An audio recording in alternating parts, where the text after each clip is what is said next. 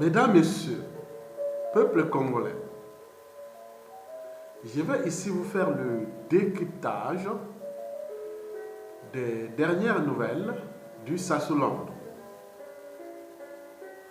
En ce qui concerne l'appel d'un haut gradé à ses compères.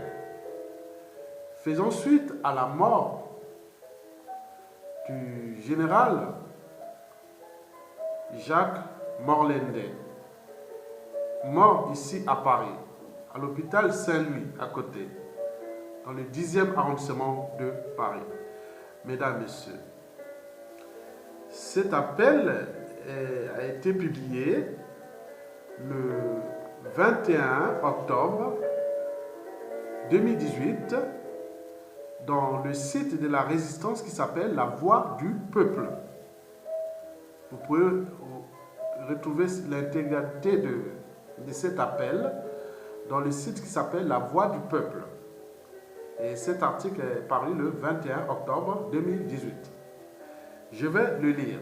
Après, je ferai le décryptage de cet article et puis, en ce qui concerne la mort du général Jacques Morlende. Mesdames, Messieurs, ce haut gradé des armées congolaises a écrit ceci. Je l'ai dit et je le répète, nous ne pouvons pas continuer comme ça. La mort du général Jacques Morlende est la goutte d'eau de trop qui devrait interpeller nombreux de mes parents qui continuent à soutenir Sassou et son régime pour lesquels nous nous sommes battus. Avons risqué notre vie pour rien. Vraiment pour rien. Quand on voit aujourd'hui les résultats, je crois sincèrement qu'il est plus que jamais temps de changer les choses. Le Sassou n'a rien fait pour ce pays. Et ce n'est pas demain, la veille, qu'il fera quelque chose. Il est là depuis plus de 33 ans. Quand je vois que Christelle Sassou et les Jean-Dominique Okemba, que je connais tout aussi bien, rêvent de prendre les commandes de ce pays, je me dis qu'on a un sérieux problème dans ce pays. Sassou a pu bénéficier des concours de circonstances qui lui ont été jusqu'ici favorables. Mais je peux vous le dire, après lui, il n'est pas question qu'un Okemba, un Sassou ou un Nguesso viennent occuper le fauteuil. Jacques Morlende était avant tout un parent, avant d'être un ami. Et des amis comme lui morts dans des conditions suspectes. J'en connais plein, morts par empoisonnement. Laisser les Okemba et la famille Sassou au pouvoir, c'est laisser perpétuer ces pratiques et des tueries qui, ayant l'honnêteté de le reconnaître, ont fait beaucoup de tort au pays et endeuillé inutilement les Congolais. Jetez les autres en prison parce qu'ils ne sont pas d'accord avec vous. Vous risquez, vous rendez-vous compte? Trop de drames appellent au drame. C'est pour cela que nous devons impérativement y mettre un terme. Mon appel, c'est un appel citoyen. Loin des considérations partisanes ou ethniques. La nation, d'abord, avant d'être de l'ethnie, souvent pointée du doigt pour complicité avec ce régime. Basango, ya Sasuland.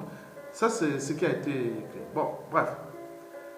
Vous savez que, bon, j'ai pu avoir quelques informations sur ce général-là, Jacques Morlende. Au départ, pendant le hold-up électoral, nous avions appris qu'il serait sensible à ce qui s'est passé au président Jean-Marie Michel Mokoko. En termes des institutions militaires, qu'un haut gradé militaire comme général Mokoko puisse être traité dans ces conditions. Et en tenant compte de la géopolitique nordiste, la cuvette, qu'on ne pouvait pas tolérer qu'un digne fils du Congo respecté par l'ensemble de la communauté congolaise et qui puisse être traité de la manière. Donc il a été rentré en conscience réfractaire contre le dictateur. Et que lui, déjà, Jacques Morlende, paix à son âme, il y en a eu bien d'autres, les Avoukou, les Adois, les Tchourou, et tous sont tombés comme des quilles dans un bowling. Et sans qu'il n'y ait aucune réaction. On dit à qui les tours. Mesdames et messieurs, donc ce général Jacques Morlende voulait laver le linge sale en famille. Entre eux, que non, il y a quelque chose qui ne va pas, on ne va pas continuer comme ça jusqu'au bout. Historiquement, ça n'a jamais fonctionné comme ça éternellement. Donc nous sommes dans le suicide collectif. Comment s'en sortir? Donc ils voulaient crever l'abcès. Mais là, Sassou n'a pas accepté ça. Et c'est les raisons pour lesquelles on dit qu'il serait empoisonné suite à comme on dit, une rébellion. Oui. Donc comme il connaît ces méthodes, bon, peut-être pourquoi lui aussi il a été en conscience réfractaire contre le régime, d'abord liberticide, antidémocratique, antisocial, criminogène, et voie d'appropriation de l'État congolais comme leur propriété privée. Et lui, quelque part, bon, peut-être, on l'a dit qu'il était attaché militaire ici à Paris. Vous savez, comme disait Victor Hugo, au milieu du 19e siècle, et quand il avait écrit l'éloge de Paris, la moitié du 19e siècle, quand il s'était exilé dans les îles anglo-normandes, pendant 20 ans en fuyant le règne de Napoléon III, qu'il se moquait de Napoléon III, et après la guerre de 1870, que la France avait perdu contre la Prusse et la naissance de l'Allemagne, et donc il serait revenu, après il était devenu du sénateur et compagnie. Mais à l'extérieur, il faisait le lot de Paris, qui est cette capitale, cette ville de lumière. Si quand vous allez à Paris, vous revenez, vous êtes transformé. On peut être transformé par l'esprit de la libre pensée, de la libre conscience et compagnie. Malgré que nous sommes en zone France-Afrique, nous sommes dans une zone, dans un milieu favorable à la libre pensée, à la réflexion, au raisonnement, au doute, au droit, à la conscience. Et peut-être que Morlende a été vacciné par Paris et disait non mais attends, il y a un problème, on ne peut pas continuer comme ça. Mais il ne savait pas que son régime, Mboshi, c'est comme dans la mafia. Vous trouverez tout dans la mafia, sauf la sortie. Et la sortie, vous la sortez les pieds devant. Donc, c'est ce qu'il faut faire. Donc, il a été certainement empoisonné. Ça, c'est sûr et certain. Parce que j'ai vu là dans tous les médias et réseaux sociaux, j'ai suivi ça avec attention, j'ai essayé un peu de regarder ce visage mordeleux. Moi, je ne connais pas ce visage. Bon, bref. Mesdames, Messieurs, mort du général Jacques Morlende. Mais je pense qu'il y aura bien d'autres. Ils vont rester là, ils vont mourir comme... Oui, c'est comme si les dictateurs, Sassou Nguesso, a le droit d'empoisonner ou d'assassiner ces généraux des armées congolaises sans aucune réaction. Je ne sais pas pourquoi, mais j'ai trouvé des raisons. Pourquoi? nous avions 5 raisons qui sont que nous avions établies. La première raison pourquoi les militaires et tout ce monde-là qui travaille autour de Sassou ou pas, ne peuvent pas prendre les responsabilités de mettre Sassou Nguesso hors d'état de nuire. Le but n'est pas de l'assassiner, même l'arrêter, dire non, laisse tomber, et ça continue. Il y a eu trop de casse, on continue à tuer le pays, à briser les vies, et ça ne peut plus durer comme ça. Et que vous n'avez pas ce monopole-là, et qu'il y aura toujours des règlements de comptes, des contentieux historiques, la vengeance, et tout ça. Il y a dit ça. Nous sommes africains. Retenez, je reviens que nous sommes africains. Regardez tout ce qui s'est passé dans toute l'Afrique. Même un truc sort normalement, démocratiquement. Il y a toujours un règlement de compte par la psychanalyse de quelqu'un. Chacun de nous avec son passé, oui, je veux régler mes comptes avec, donner un coup bas. C'est comme ça. Donc, Sassou, au lieu de prendre conscience de ça, il en a ajouté des crimes au crime, au crime, au crime. Donc, la marée monte. Donc, il ne reste plus que les détonateurs pour le faire partir. Mais on aurait trouvé des mécanismes de sortie des crises sociopolitiques, même économiques, humanitaires, de manière un peu plus raisonnable.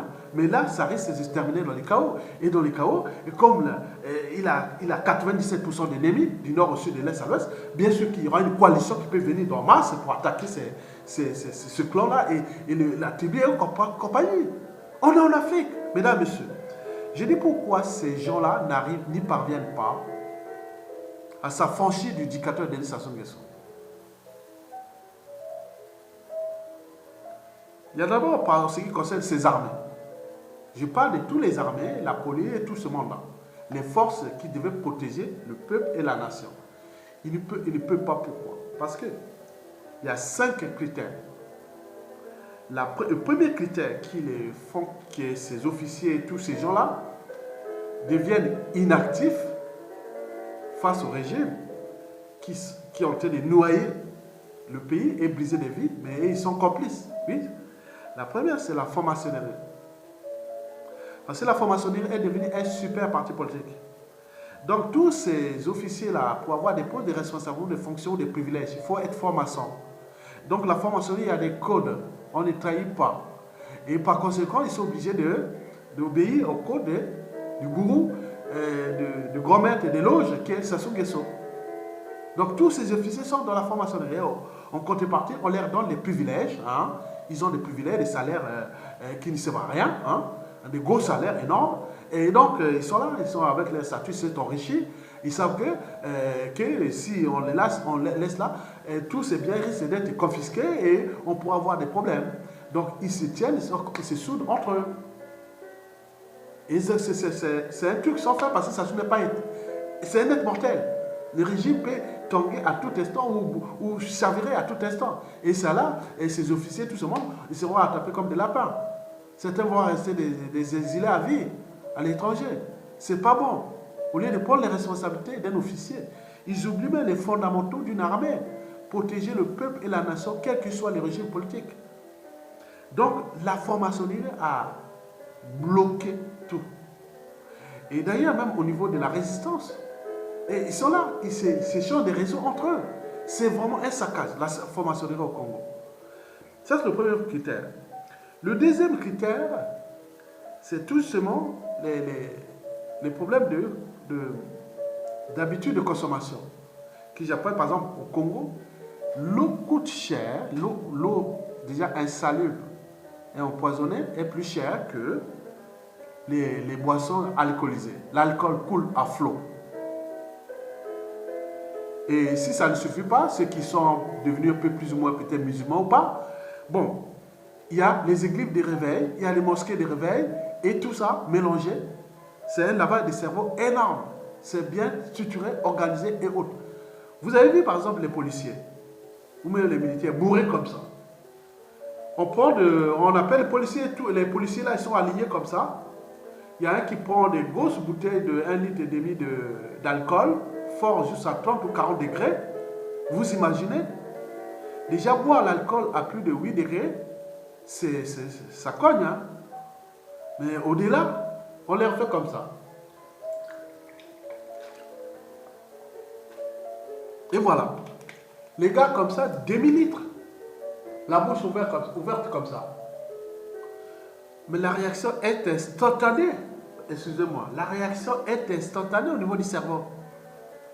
Quand tu es bourré, l'alcool fait partie des... Donc, on appelle les hypnotiques. Ça baisse les fonctions cérébrales et active certaines fonctions qui sont liées aux fonctions primitives comme l'émotion, l'agressivité et compagnie. Donc, tu ne réfléchis plus. Et ça, c'est récurrent. Donc, vous voyez les tables là-bas, oui, c'est comme quand ça va chuter, il y aura une pénurie d'alcool politiquement organisée à Brazzaville pour les Sévrais, toute sa masse là qui pense que le matin, 5 et 10 bouteilles d'alcool. Il y a l'addiction à l'alcool. L'addiction aux églises de réveil. Le Rwanda, même si nous le contestons son régime, a interdit les églises de réveil ou que pour avoir ce titre, il faut passer des diplômes. Même l'Angola vient d'interdire ces églises de réveil. Mais au Congo, ça règne au maître. N'oublions pas ces débits d'alcool. Mesdames, Messieurs. Bon, au troisième critère, nous avons bien sûr les salaires. Ça soit tout sur fait la politique de vente. Là, comme la priorité n'est plus les fonctionnaires, ni les étudiants, ni tout ce monde-là, sa priorité, c'est les armées. Et les armées, c'est pour éviter qu'il y ait putsch pour un putsch. Il me semble que d'après les informations qui ont été révélées dans plusieurs médias, que les salaires des militaires congolais sont maintenant payés par le groupe Total. Le groupe pétrolier Total qui paie les salaires des militaires au Congo-Brazzaville et au Gabon. Nous sommes en zone France-Afrique. La France préserve son rang mondial avec ses bassins du Congo, dont le Congo-Brazzaville, le Gabon, le Cameroun, le Tchad, d'où les hold-up électoraux là-bas. Donc Sassou, c'est un pion de la France-Afrique qu'on en détient contre les intérêts du peuple congolais. Donc vous imaginez, quand les armées ne peuvent plus prendre leurs responsabilités, éjecter Sassou Nguesso ne deviendra que de la France-Afrique. Ça ne devient plus du Congo-Brazzaville, des Congolais eux-mêmes. Mais comme la France-Afrique, donc Sassou c'est un pion de la France-Afrique, donc les militaires sont là. Donc, restez là, les moutons militaires sont bien gardés, nourris et autres. Voilà, ils sont bien alcoolisés et voilà. Le quatrième critère, c'est géopolitique. Oui, bien sûr que Sassou a commis beaucoup de crimes dans le Sud. Ces militaires-là pensent qu'avec peut-être que si ça change, on risque de subir la purge des généraux-là. Et nous, on ne va plus avoir ces militaires-là. Nous, on ne va plus avoir ce pouvoir-là. L'institution militaire dans la cuvette, on ne va plus avoir ceci.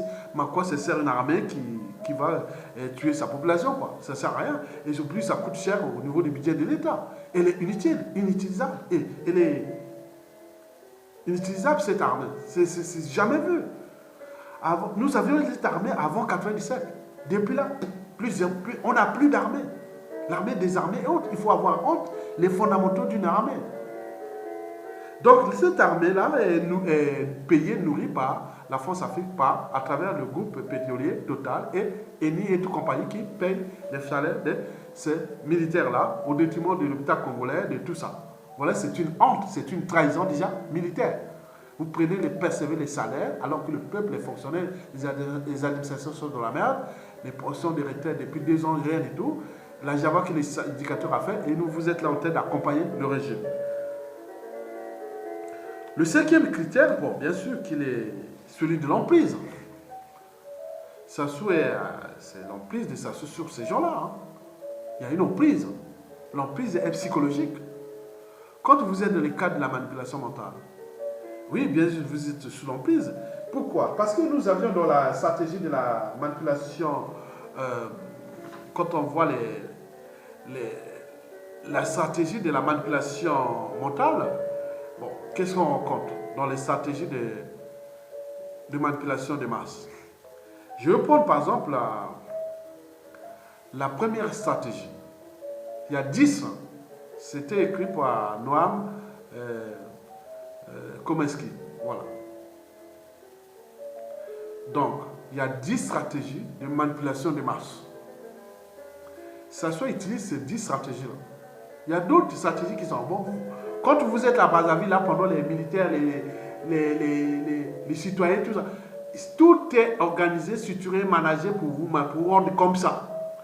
Bon, je ne vais pas vous les citer tous, je vais prendre quelques-uns sur là. Par exemple, la première stratégie, c'est la stratégie de la dégradation, de la distraction. Qu'est-ce que je dis? La stratégie de la distraction. Chaque fois que les peuples veulent se concentrer ou les gens veulent se concentrer, on trouve un moyen pour vous distraire. Regardez toutes les distractions, c'est surtout tous les moyens pour vous distraire. Et vous pouvez voir déjà ce qui s'est passé déjà pour l'année 2018 en termes de distraction. Pour que le peuple... voilà. Là, il faut prendre aussi la troisième stratégie, celle qui s'est aussi utilisée beaucoup au Congo. C'est la stratégie de faire appel à l'émotionnel plutôt qu'à la réflexion. Vous avez dû constater que nous sommes dans la récurrence des occupations médiocres. Oui, les peuples congolais sur l'ensemble du territoire national, du commun du mortel jusqu'au haut fonctionnaire, au haut niveau là-bas, ils sont que là dans l'emprise de l'émotionnel au lieu de la réflexion. Donc les gens préfèrent s'adonner qu'à des occupations médiocres. Par exemple, la paresse intellectuelle, les aiguilles de réveil, la paresse hygiénique, les veillées mortuaires, la crise des civilisations. On n'a pas franchi les barrières de la raison, de l'esprit critique, de la conscience, et tout cas, qu'il y a quelque chose qui ne va pas. C'est supporter cette énorme, non, c'est ça. Et nous terminons la sorcellerie en termes d'affaires criminelles, dont les katakata, les andibistes, tout ce qui est là, c'est organisé pour terroriser la population, pour qu'il reste que dans les émotions. Bon, il faut prendre aussi la cinquième stratégie, celle-là est aussi bonne, parce que c'est la stratégie de la dégradation. Parce qu'on laisse tout le pays, les gens dans la merde, pour avoir un semblant de cadre de vie ou de bonne situation, il faut aller se courber derrière les Sassou et les Nguesso. Tout le monde est dans la merde. Donc, comme les conditions de vie sont dans la merde, pour quelqu'un qui veut avoir un semblant de vie normal, il est obligé d'aller se courber, se prostituer derrière les Sassou et les Nguesso. C'est structuré et organisé et managé. C'est comme ça. C'est cette stratégie qu'on appelle la stratégie de la dégradation. On vous détruit pour que ceux qui veulent se sortir de cette dégradation, ils sont obligés d'aller se courber derrière les Sassou et les Nguesso comme si c'est leur propriété privée. Vous l'avez tout compris. Après, il y a la huitième. Huitième là, bon, il y a d'autres, comme on peut voir la septième, s'adresser au public comme à des enfants de bas âge. Quand Sassou parle des Congolais ou la Force Afrique parle des Congolais ou autre, ils vous prennent comme des enfants de bas âge. C'est tout. Mais non, la huitième, c'est maintenir le public dans l'ignorance et la bêtise. Eh bien oui, quand on voit ces occupations médiocres, les gens sont dans la bêtise et l'ignorance et la médiocrité. On est bien d'accord? Donc, maintenir le public dans l'ignorance et la bêtise. Sassou le fait avec réussite totale. 9. Encourager le public à se complaire dans la médiocrité. Quand vous voyez là les marchés là, marchent dans l'eau, les pourris, je ne sais pas, un bouillon de culture pathogène. Les gens même au niveau universitaire et tout ça, entre parenthèses, nous venons de perdre la première femme scientifique mathématique qui enseignait à la fac des sciences qui est morte. Madame Zumba, qui est morte. Paix à son âme aussi. L'unique scientifique mathématicienne qui enseignait à la faculté des sciences à l'université Marine Wabi. Elle est morte. Dans les conditions, vous connaissez. Même au niveau universitaire, tout le monde devient vraiment comme au Moyen-Âge, quoi. Mesdames, Messieurs, oui, il faut dire la 10e. Connaître les individus mieux qui ne se connaissent eux-mêmes. Sassou, à travers les francs-maçonneries et tous ces réseaux de renseignement intérieur, il connaît tous ces généraux-là, il connaît tous ces militaires-là, les familles et tout ça. Ils les connaissent, il les traite, il les... Vous voyez, comment vous allez s'en sortir là? Quand vous n'êtes pas capable de s'affranchir déjà de ces 10 stratégies de la manipulation des masses. Donc sortez-vous de là, de ces 10-là que je vais vous les citer. Premièrement, comment Sassou vous place là? La première stratégie, c'est la stratégie de la distraction. La deuxième, c'est créer des problèmes, puis offrir des solutions. Comme ce qui s'est passé dans les poules. Il a créé lui-même le bazar là-bas, il cherche des solutions lui-même. Troisième, faire appel à l'émotionnel plutôt qu'à la réflexion. Quatrièmement, remplacer la révolte par la culpabilité. Cinquièmement, la stratégie de la dégradation. Sixième, la stratégie du différé. On laisse là entendant, d'ici 2025, le Congo sera d'ici 2025, comme on dit nous à l'époque, hein, vu le moment aujourd'hui pour mieux vivre demain, au temps de Yombi. L'autre là, l'autosuffisance alimentaire d'ici 2000. C'était comme ça, vous voyez, différent. On laisse là, mais...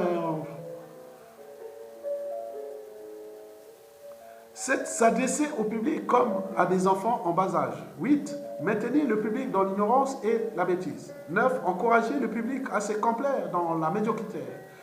10. Connaître les individus mieux qu'ils se connaissent. Donc nous, ça sous-tombe, tout ça, on va les foutre à la poubelle. On va réformer l'individu congolais, qui devient libre, autonome et dynamique. Ça, c'est, vous êtes enfoncés là. Civils, politiques et militaires. Ils sont là dans la NAS, dans le pied du sang. Ils sont là, docteurs, professeurs, ingénieurs, mais rien du tout. Ce n'est pas le diplôme. Il faut avoir un certain nombre de... C'est ce que nous a placé là. C'est pourquoi l'immobilisme est total. Additionner de ça avec tous ces accompagnateurs collabos en politique qui viennent relayer ça pour immobiliser. Bon, tika, papa, tika, bon, tika, tika, laisse tomber. Mais laisse tomber quoi? Vous voyez dire ça? Bon, donc ça désactive l'expression de certains gènes du courage. Mesdames, Messieurs, ceci dit, bon, donc vous avez compris que ils ne pourront pas se rebeller. Rien du tout. Donc, la situation vient d'un truc spontané où tous ces indicateurs, tant militaires, politiques, civils, seront en symbiose, dans un bazar total, dans une mer totale. On les cherche. Mais ne comptez ni pas sur les hommes politiques là. C'est zappé. Vous voyez comment il y a eu des titis en République démocratique du Congo là-bas, hein? On parlait des familles des Tshisekedi. C'est comme nous avec les choléra. Hein? Bon, donc vous pouvez dire ça, bon, bref. C'est malin ça. Les gens qui prennent le risque de détruire leur propre, semblable à leur propre continent, et c'est pas bien ça. Donc, mesdames, messieurs, donc l'appel de ce monsieur-là, il fait quand même suite à l'appel que nous avions fait avec Bob et Baka. J'avais invité Bob et Baka à me faire à l'appel du 22. Je l'avais fait, c'était à l'appel du 15 août 2015. Bon, je m'étais inspiré d'un appel où il y avait un mouvement de, disons, extrême droite ou pas, je sais pas. Il avait fait ça en France, j'avais vu ça, ils avaient fait un appel sur le net qui est passé sur les médias et réseaux sociaux. C'était lors du défilé du 14 juillet 2015. Et que bon, ben, les défilés des engins de guerre, là, les chars et tout ça, qui partent de haut de l'arc de Triomphe, en descendant l'avenue des Champs-Élysées jusqu'à la place de la Concorde, là où se trouve la tribune. Vous voyez entre le rond-point de l'Élysée et la Concorde, derrière, ouais, c'est le palais de l'Élysée. Bon, donc la place de la Concorde, là où c'était la tribune. Donc quand ils arrivent là, les chars et tout ça, bon, certains viennent pour aller prendre le pont là, Bourbon, et passer devant l'Assemblée nationale et prendre parfois le boulevard Saint-Germain. Et donc là, il y avait de ces mouvements-là qu'ils avaient écrits, donc ils devaient récupérer ces chars-là et pour aller attaquer l'Élysée et faire un coup d'État contre François Hollande. Et donc il y a eu des arrestations, il y a eu des trucs. Voilà. Bon, j'avais pris cet appel-là, j'avais trouvé ça marrant parce que bon, ça ne peut pas se faire parce que bon, voilà. Mais ils avaient organisé des trucs comme ça. Donc ils attendaient qu'ils traversent le pont pour récupérer les chars là et repartir là-bas, aller occuper l'Élysée. Bon, où les zones sensibles, l'Assemblée nationale et tout ça, voilà. Bon, c'était comme ça. Ils voulaient faire leur mini-révolution. Bon, donc suite à ça, j'avais invité Bob et Baka me faire une vidéo sur ça. On est parti en Les-sous-Bois, en région parisienne.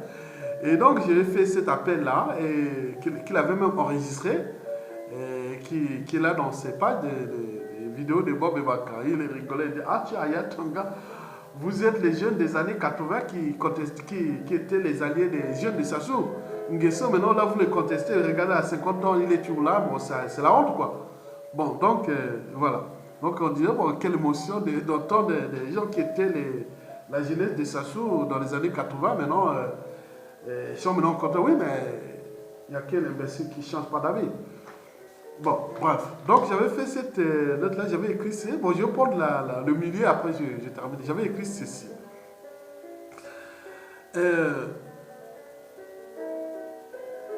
Attends, je vais trouver l'endroit où j'avais écrit. Voilà. Donc, tous les politiciens, j'avais écrit ça. Regardez, écoutez, bon c'est long, hein, j'ai pris seulement au milieu de cette vidéo-là.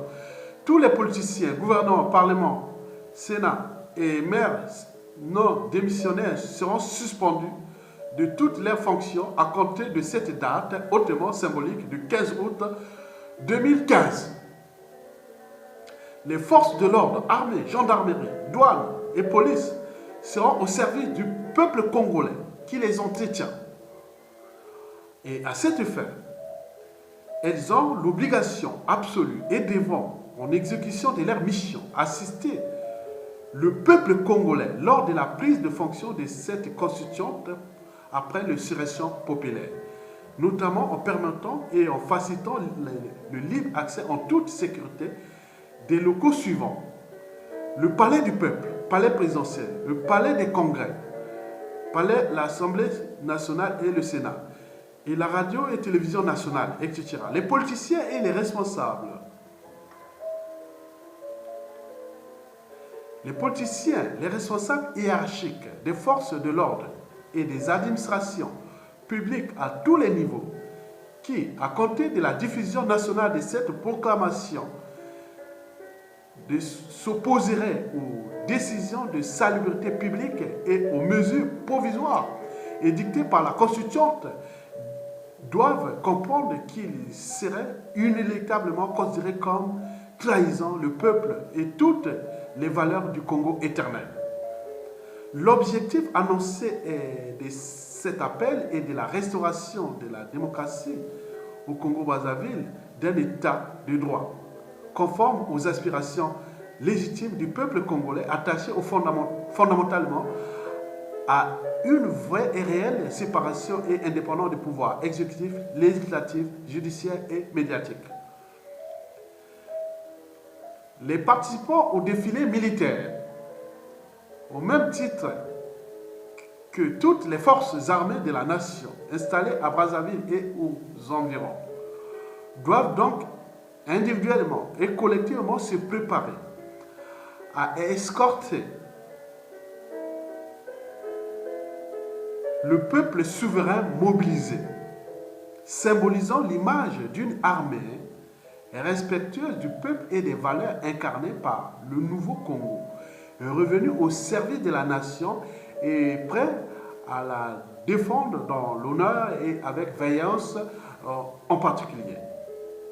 Si des politiciens ou des nervis tentaient d'opposer une résistance par l'emploi des moyens scélérats, des forces mercenaires ou des troupes étrangères, les traîtres devront répondre judiciairement de leurs actes, étant ici rappelé l'article 12 de la Déclaration universelle des droits de l'homme et des citoyens, qui précise la garantie des droits de l'homme et du citoyen, justifie l'existence et l'entretien d'une force publique.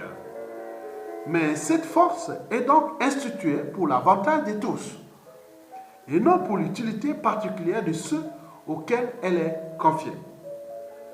Si donc des autorités ou des individus corrompus contrevenaient aux ordres de la Constituante, c'est-à-dire de l'expression du souverain peuple congolais, il serait alors du devoir de leur subordonner, de leur désobéir et de s'opposer à leurs supérieurs, y compris par leurs âmes fidèlement restées au service du peuple et du souverain peuple. Donc ça continue jusqu'à à la paix de tout le monde. Bon, voyez.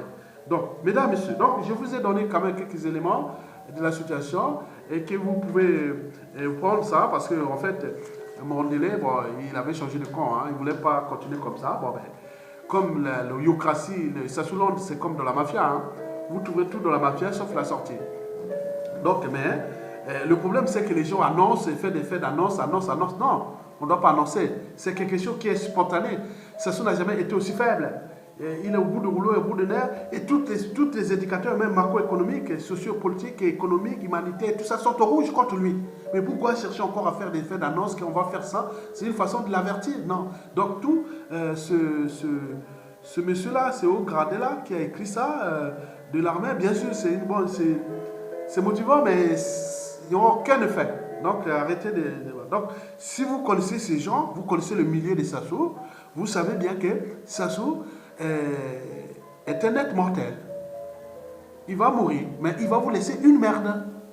Mais on sait bien, ce que j'ai apprécié de votre discours là, de votre appel là, que le cas de Christelle Sassou Nguesso et de Dominique Okemba, ils perdent leur temps. Ils perdent leur temps. Ils seront broyés. Sassou Aïe, ces circonstances là, c'est vrai. Mais Okemba et autres, il ne pourra pas. Il ne pourra pas. Au vu de la situation géopolitique et de l'environnement planétaire aujourd'hui, aux médias, réseaux sociaux, de tout ce qui est des haines et de tout ce qu'il a fait, parce qu'il faut dire que Jean-Dominique Okemba est aujourd'hui fiché comme le chimiste, l'empoisonneur, le toxicologue, tout le monde le sait. Donc, donc ils savent. Donc, bon, donc, Denis Christelle Sassou Nguesso, il était encore jeune, il est encore jeune et il aurait pu prendre ses responsabilités et dire, ah tiens, en faisant la lecture de ce qui s'est passé d'autres dictateurs, mais ils sont dans l'air truc, ils sont comme ça, quoi? Qui vont massacrer encore le peuple comme ça. Sassou Nguesso avec tous ses moyens, il est dans la nasse, non? Il est dans le piège, il est dans la merde, non? Mais il ne reste que les détonateurs qui vont arriver, certainement.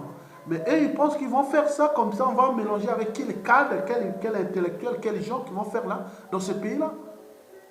On compte sur l'aide de la France? Peut-être, mais je ne suis pas sûr, avec l'environnement géopolitique sous-régional, qui va certainement changer parce que les foyers de tension sont maintenant partout. Au Congo, hold-up électoral, foyer de tension. Au Gabon, hold-up électoral, France-Afrique, foyer de tension. Au Cameroun, pareil. Au Tchad, ça va arriver. La Centrafrique s'est barrée parce qu'il y a les Russes qui sont venus les sauver. Mais économiquement, ils dépendent du Gabon, du Cameroun et du Congo. Donc les trucs vont passer là. Comme c'est les deux pions de la France-Afrique, et donc la Centrafrique est dans la merde. Donc il faut que lui-même cherche ses moyens aussi d'aider cette mobilisation pour que Sassou, les Nguesso, tout ce monde la part. Et à ce moment, on récupère notre sous-région. Donc c'est tout. Mais le reste, si vous annoncez, nous, tout ce qui annonce, non. Ça ne sert à rien. C'est quelque chose qui sera spontané. On entend que, ah tiens, ça soit arrêté. Ah tiens, qui a fait ce coup-là? Celui-là, il rentrera dans l'histoire. Même de l'activité de Sassou, il restera dans l'histoire. C'est quelqu'un que le peuple va honorer. Malgré les crimes. Il sera honoré parce que les ratios entre ce qui pourrait arriver dans le chaos et ce qu'il a pris ses responsabilités est en son avantage. Parce que les généraux, les Nyangambouala, les Dabira et tout ce monde sont venus faire leur truc, leur comédie. Et voilà, donc on a vu que c'était zéro. Et celui qui est Mandela est parti comme ça. Et vous allez parler, ils savent comment fonctionne le régime. Mais qui va encore parler? Non, vous courez les risques à votre propre perte du clan, simplement. Je vous dis la vérité, je suis un lanceur d'alerte. J'ai publié des vidéos dont on dit, ah tiens, Aya Tonga là, avec tes vidéos là, parfois ça se vérifie au fur et à mesure. Oui, mais c'est vrai. Parce qu'on connaît la situation. Je connais l'anthropologie sociale d'un Noir, d'un Africain. Il est mauvais, il est méchant. Il y a des gens qui ont les haines. Dès qu'on prend les moyens de l'État, ça va revenir. Sassou n'a pas eu le monopole de faire ça. Ce que vous avez fait là, c'est pas ça. Ça va venir. Même dans la région. Il y a des gens dans la région, dans la haine. Voilà. Ça va se faire. Donc, si vous ne prenez pas les dispositions préventives pour que nous montons, libérons le président élu Jean-Marie Michel Mokoko et qui, à un moment donné, à travailler avec vous. Donc, il pourra trouver les justes équilibres pour avancer dans le cas du droit et autres. Pour là. Mais si on laisse les yeux partir, Mokoko partir aussi, les gens vont dire, bravo. Ils vont prendre tous les revanchards, tous les trucs qui seront du côté du peuple. Et voilà. Vous êtes perdus. Mesdames, messieurs, je vous remercie et donnez conseil à ces gens-là qu'ils arrêtent de faire des faits d'annonce, Non, non. S'ils veulent prendre les responsabilités, ils prennent l'argent. Mais pour le peuple, il sait. Le peuple le sait, au moment venu, il le sait. comment il va mettre tous ces gens là dehors. Merci beaucoup.